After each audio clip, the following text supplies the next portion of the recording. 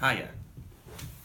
I have a Hill Farmstead growler. I just went to Hill Farmstead 2 days ago. This is Society in Solitude number 7. So Society in Solitude is Hill Farmstead's series of double IPAs. And the 7th one uses Simcoe and Amarillo hops. I'm pretty sure they're all like the same base beer, just different hop usage.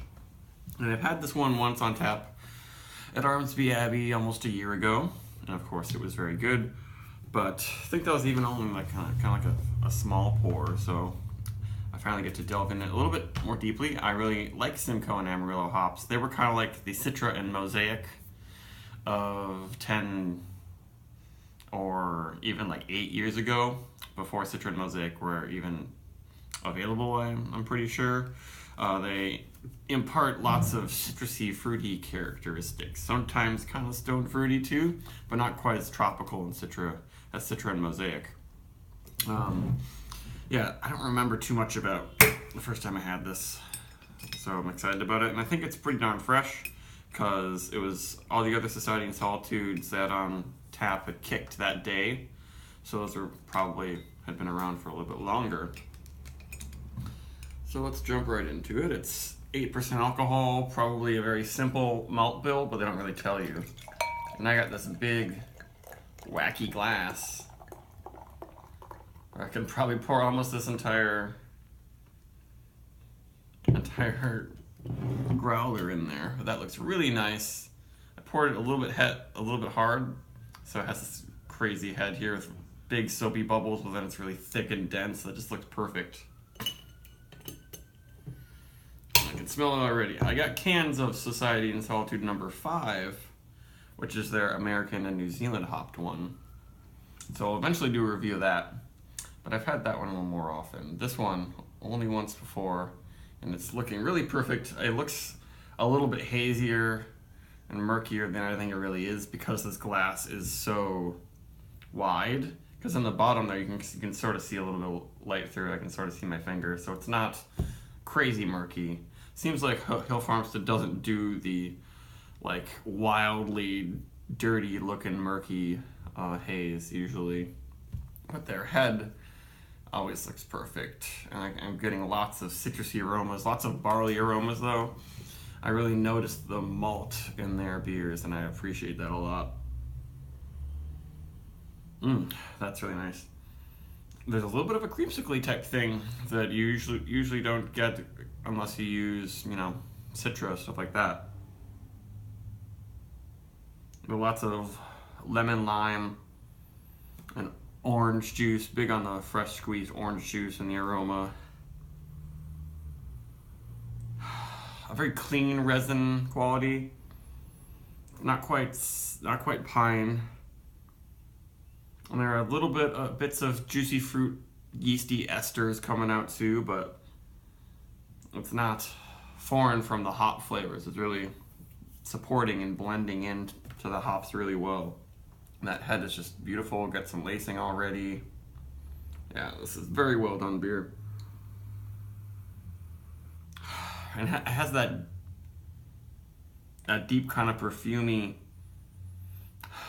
green quality that I think it's the myrcene oil from Amarillo. Amarillo has more myrcene oil than most any other hop, and myrcene is kind of like gives you that classic hop greenness, but it's not a greenness that's specifically grassy or specifically piney to me. It's a little bit, it moves around a little bit. It's more like a woodsy orange oil type thing. And a little bit of floral, but mostly just really, really orangey, really bright and citrusy in the aroma. Oh, that's really nice. Yeah, really juicy. Almost seems juicier than Society number 5. Lots and lots of big citrus flavors. A little bit more sweet than I was expecting. And it gets that more woodsy, myrcene oil sort of thing comes in the finish, where it gets deeper and darker. I don't know if I would say dank exactly. This doesn't smell, too much like marijuana, or it's not like piney to the point of being mentholy or minty or anything like that. Pretty nice body. It's not super full, but it has some weight to it.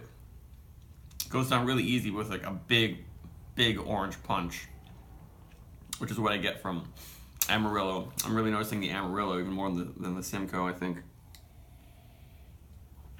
Yeah, the Simcoe's giving me a little bit of a juicy peach type thing, and maybe almost slight, like light pale berry notes. But this is really nice. Yeah, pretty full body, but it's not syrupy or thick or anything. It isn't ultra fluffy, but it does have this full feel that's not heavy on the tongue. Actually, I'm getting a surprising amount of bitterness building up. Noticing a teeny bit of heat in my throat from the alcohol. A little bit of that in my palate.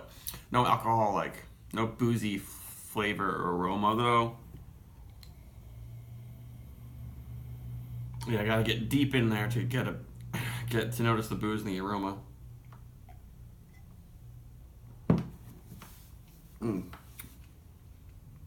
Yeah, this is really nice, and I'm glad I'm getting to try it really, really fresh. I think when I had it at Armsby, it wasn't like old, but it was maybe a month old, and it was a little bit piney. This one isn't developing that. It's just like so big on these fruity flavors. It's really mostly just a melange of citrus first, and actually I think the nose has a little bit more stone fruit, soft quality, but then on the flavor, it becomes more citrusy, more myrcene, oily, more Amarillo.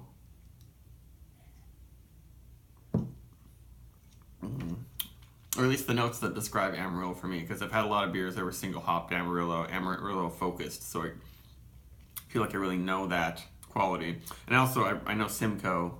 I got 2 cases of their single hop Simcoe Pale Ale from Hill Farmstead last time I was there, so I really know how they bring out flavors from Simcoe. And it doesn't seem like it's ruling here, but this is a really, really nice beer. Especially, it's nice to have one that's not with all your really hip hops from all around the world and stuff. I kind of want something that's not full of Galaxy or Citra sometimes, even though those beers are great. But it's nice to have these really well brewed New England style hoppy beers, but using a little bit more old fashioned hops, so I can appreciate that. Because most breweries would be like, Simcoe and Amarillo, we're not really gonna do that. Like Treehouse, I guess, does do a Simcoe and Amarillo Bright, but that's the least popular one of all their double IPAs.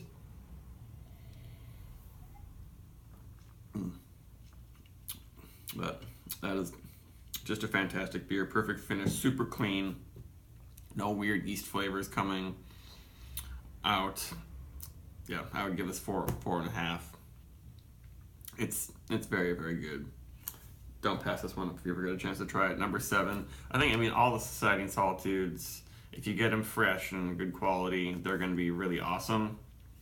But I'm really digging the 7 and the cans I have of number 5. So, of course, if you get a chance to drink these, I'm sure you would, so I don't have to recommend it. But it is up there with all the other societies I've had. Bye.